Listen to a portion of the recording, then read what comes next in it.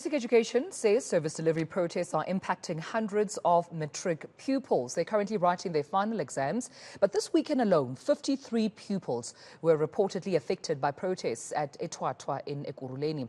But when eNCA reporter Moloko Moloto visited the area, as you've heard him, he found that there had been no service delivery protests within the area. And this, of course, he heard from a resident there who also sells at the school. So let's discuss this with Basic Education spokesperson Elijah Mhlanga joining me this morning just to, of course, give us some clarity from government's perspective as to what exactly is happening. Mr. Mhlanga, thank you so much for your time. It seems like there are different views here with why 53 learners in total in eThwathwa, in Ekurhuleni, had not been able to write their exams and had to defer. On one hand, the DG, Matanzima Mweli, saying that is due to protests. But on the other hand, we're hearing parents and a resident there saying there were absolutely no protests. What's the story?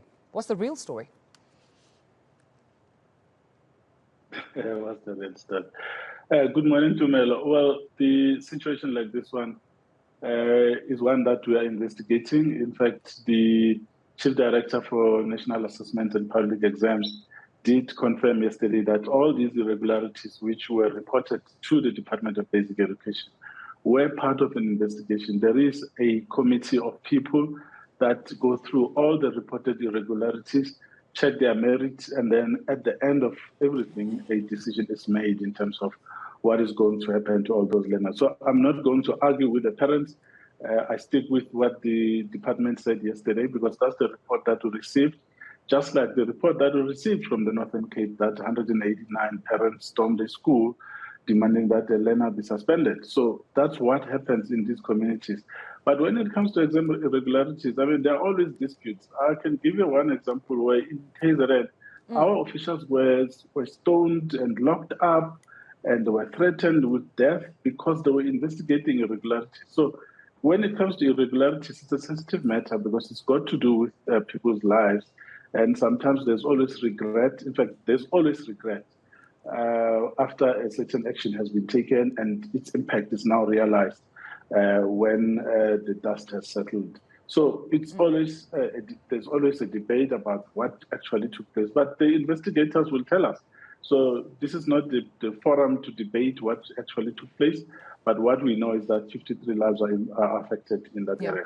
Well, surely, I mean, I think you can also understand where the parents are coming from. Sibongile Maseko, being a parent of a matric pupil, enraged and quite frustrated with what she says and the handling of the school in making this decision that her daughter not write, her exam and thus defer. Obviously, this does impact on her child. During your investigations that you've just referred to, have you engaged with parents at all just to hear their side as well? Well, not yet. We are not there yet. The matter took place this week, so it's still early in the investigation. All that we did was to receive the report and note it. Of course, there are daily meetings with the examinations committee, headed by Dr. Paula himself, with the heads of exams from all provinces.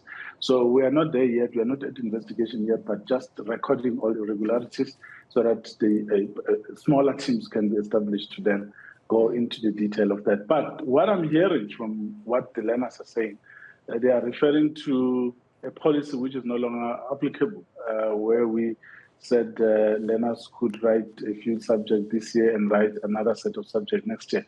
We don't do that anymore. So if it's what they allege took place, then it will form part of the investigation. Right. And what are then the consequences of a school that still practices a policy like that, a policy that does not exist anymore, that you do not encourage anymore, yet it seems the school in this context, of course, I understand you still have to conduct your investigations, but should the school still be found guilty, I mean, what are the consequences for those responsible? Well, the first thing that we focus on is the protection of the interests of the learners because we want them to progress and go. There shouldn't be any person whose purpose is to hold back the future of young people. It cannot be right that something like that takes place. So we take a very serious view on that one. And if anyone is found guilty, definitely action will be taken because we all work towards making sure that the learners exit the schooling system with a good pass at matric level, not to hold them back and delay their future. We don't work for that or towards something like that. So, as I say, everything will be investigated. Where people are found guilty, certainly there will be tough action taken.